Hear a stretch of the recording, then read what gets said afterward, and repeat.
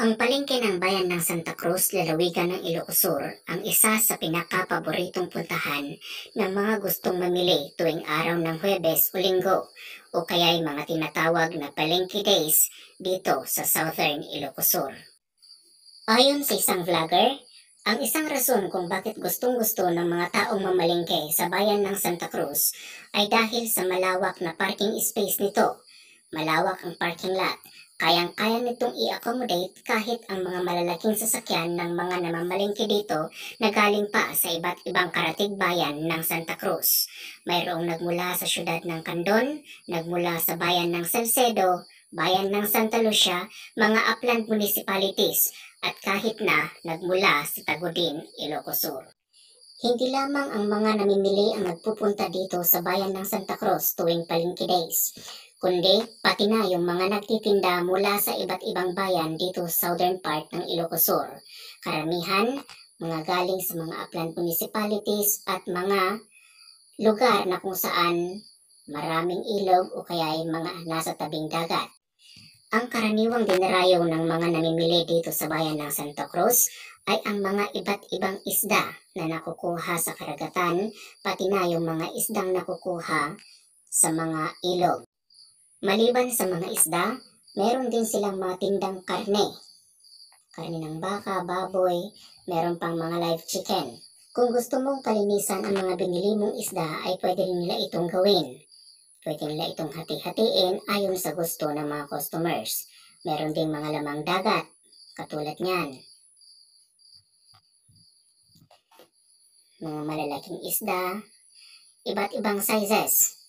Halos lahat ng klaseng isda ay nandyan sa palengke ng Santa Cruz.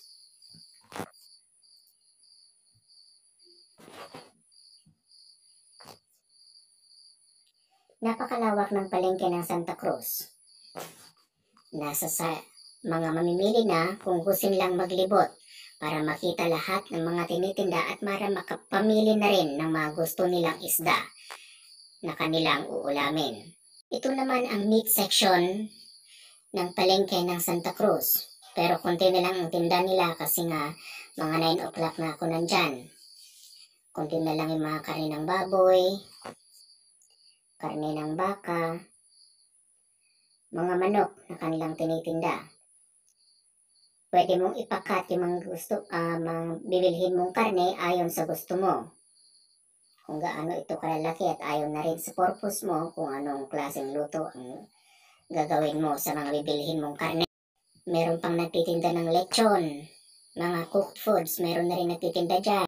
Meron ding part dyan na kung saan nagtitinda sila ng mga frozen goods, mga frozen products. Pero ang napansin ko, karamihan sa mga namimili ay mga matatandang babae. Kunti lang yung mga lalaking namimili dyan. Ito naman part na ito yung mga kakanin. Nagtitinda sila ng mga kanin pang merienda ng mga gustong bumili. Yan naman yung magtitinda ng mga buto ng sitaw, buto ng munggo. Diyan sa part na yan naman, yung mga pangkusina.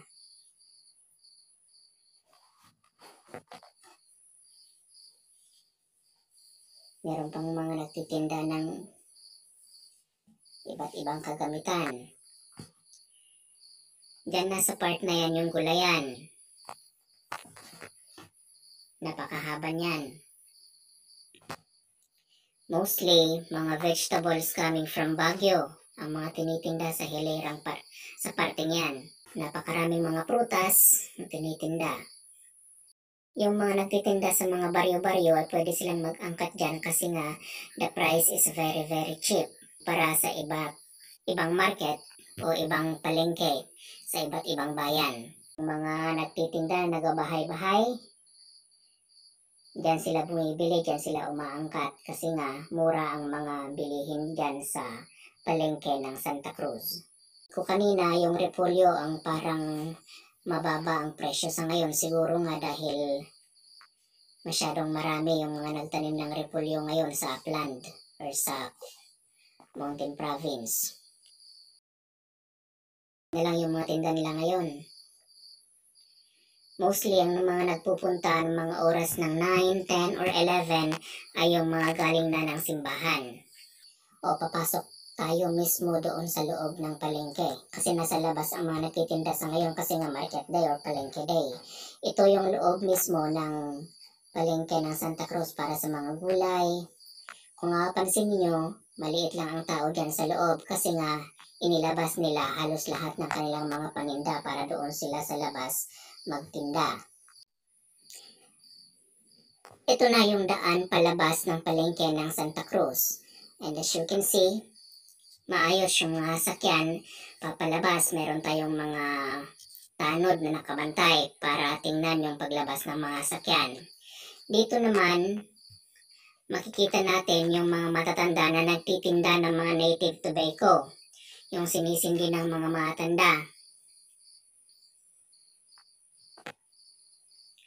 Diyan, that is already a dying industry dito sa Ilocos Sur. Although tabako ang isa sa mga pangunahing produkto ng Ilocos Sur, pero yung native tobacco ay parang nawawala na sa listahan o sirkulasyon.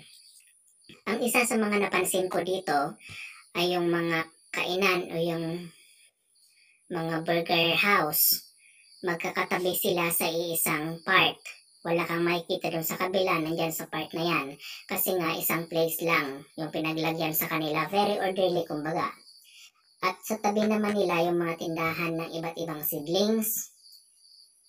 Hindi mga ornamental plants ang tinda nila dyan ngayon kasi nga rainy season. Yung mga pwedeng itanim ng mga binhi, although meron pa rin namang konting mga ornamental plants. Nagtitinda ng seedlings ng nyog. Yan o. Seedlings ng eggplant. Maraming tinda ngayon ng mga kalamansi, iba't ibang fruit-bearing trees, papaya. Marami kang pagpipilian kapag ang hilig mo ay pagkatanim ng mga fruit-bearing trees.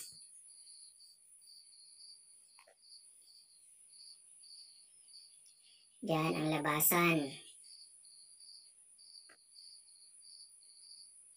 Very orderly dito sa part ng Santa Cruz. Maayos ang daan. Iisa ang daanan papasok at iisa rin ang daanan palabas. Ang isa pa sa mga nagustuhan ng mga tao dito sa bayan ng Santa Cruz, sa palengke ng Santa Cruz, ay yung seguridad. Sa harapan ay mayroong mga kapulisan na nagbabantay. Sa loob ay mayroon namang mga tanod na mula sa iba't ibang barangay to act as force multipliers sa mga kapulisan para maiwasan ang paggawa ng krimen at mapanatili ang kaayusan sa loob ng palengke. Yan naman ang dry market building nila, napakalinis din. Diyan sa loob, merong mga kainan dyan, merong mga butika, tindahan ng dry goods. Sa taas naman yan, meron yung mga nagtitinda ng mga damit, sapatos, mga ready to wear na products. Aside from that, ang CR din dito sa dry market ng Santa Cruz o dry market building ng Santa Cruz ay napakalinis din. Palaging mayroong taong naglilinis. Yun nga lang, meron kang konting babayaran para siguro sa mga kagamitan sa paglilinis ng CR. Meron din ditong mga tindahan ng mga mga pangperyenda. Kung ikay nagugutom na, meron din. Diyan naman sa labas, yung parking space, parking area, waiting area, andyan na lahat. Napakalawak. Dito naman ay yung labas na sa highway na yan. Yun, yung market ng Santa Cruz na napakalawak. Sa labas pa lang, napakalawak na ng parking area.